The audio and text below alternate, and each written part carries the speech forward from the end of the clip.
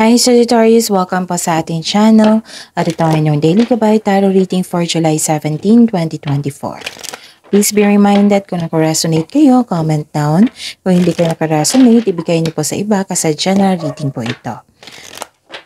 This is for you, Sagittarius, ngayon July 17, 2024.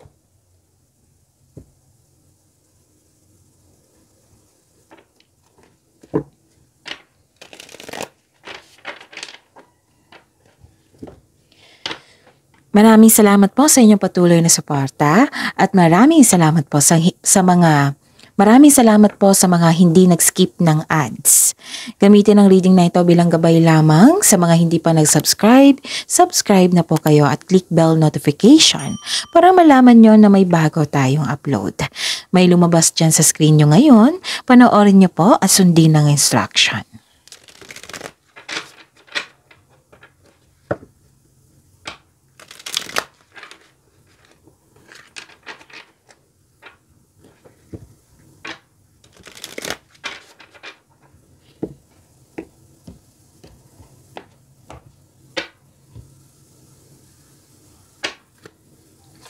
Spirit's Guide, I need 3 cards po, mga ganap ngayong July 17, 2024 para po kay Sagittarius.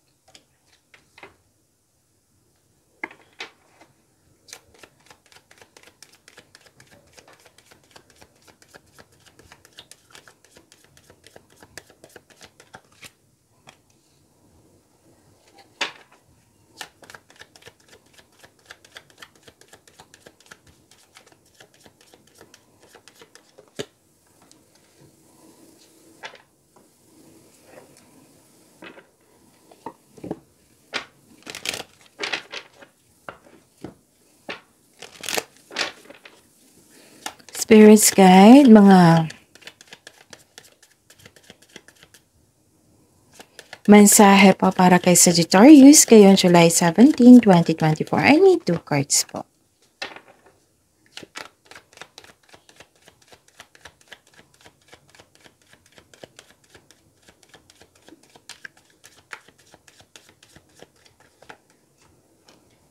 Okay. Ngayong July 17, 2024 para po kay Sagittarius. May nakita ko dito ang biglaang pagbabago. Yes, may biglaang pagbabago. Pwedeng separation ito, pwedeng tungkol ito sa education. May concern dito regarding sa mataas ang ego. At kayo'y nagkaroon ng loneliness and isolation. Nagkaroon ng restriction. Okay. Kaya pala may separation dito, parang long distance relationship to or long distance, nagkakaroon ng long distance kasi nagpasya ka for your career stability. Kasi may long term plans dito na kailangan nyong sundin para magkaroon ng career stability. And may humihingi ng attention sa inyo, pwedeng anak mo ito or isang bata or pwedeng ito ang inyong inner child. Yun. Dalawang card na kasi nagsabi dito na may ganap na new beginning. Okay? And, ang sabi po dito ni Archangel Jophiel, get rid of clutter, clear the energy around you. So, mag-cleansing po. And relationship harmony, sabi po ni Archangel Raquel, we angels are opening the hearts of everyone involved. Arguments and conflicts are being resolved now. So, magkakaroon ng resolution, magkakaroon ng pagkakaayos. Spirit's Guide, ano po ang energy ni Sagittarius ngayong July 17, 2024?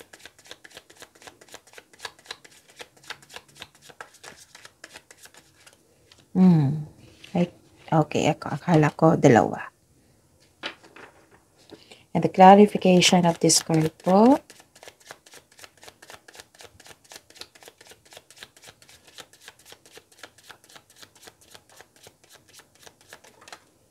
Isa lang. Ay, natingnan yung nauna. So, yun. Para hindi nyo makalimutan, para hindi kayo malito, panoorin nyo po yung last 4 days Gabay Tarot reading nyo. Okay. Like for example, napanood nyo to ngayong July 17, 2024. Kung may nakita kayo, like for example, July 17, 2024, panoorin niyo po yung 16, 15, 14, 13. Kung may nakita kayong mensahe, naulit na mensahe, kailangan yung bigyan niya ng atensyon, solusyon, at aksyon. At yun, napanood nyo na ba, Sagittarius, yung 6 months from now gabay tarot reading nyo? That is July to December 2024 reading. Uploaded nung Thursday, last week po. So, hanapin nyo po sa channel natin. Okay? So, yun. May nakita ako ditong kailangan nyo mag-connect sa inyong intuition. Kasi may nangyari, hidden motives, may nangyari na nabibigay sa inyo ng confusion. Pwedeng may nangyari na in-ignore nyo kasi busy kayo. Pero kailangan nyong balikan yun eh.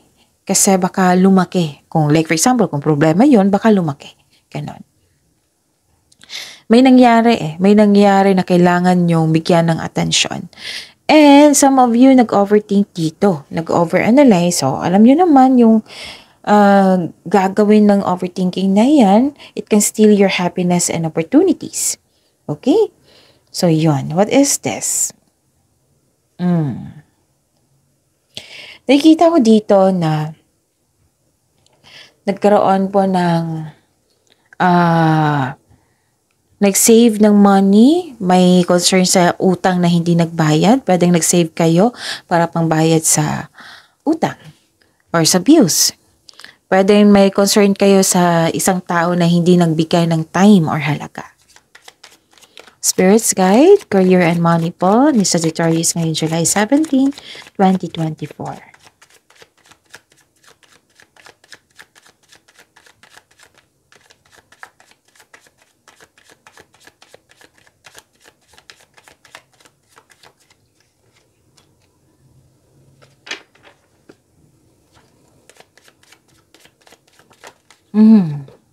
Umikot talaga siya.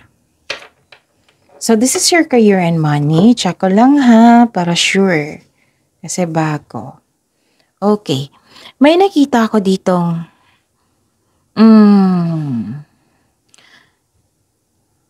may celebration or tagumpay.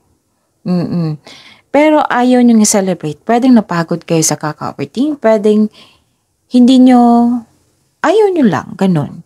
Pero ang sabi po ng card dito, kung may celebration po, celebrate it. Celebrate yourself in some small way to increase the flow of positive opportunities. Kasi ang ganda-ganda ng energy nito.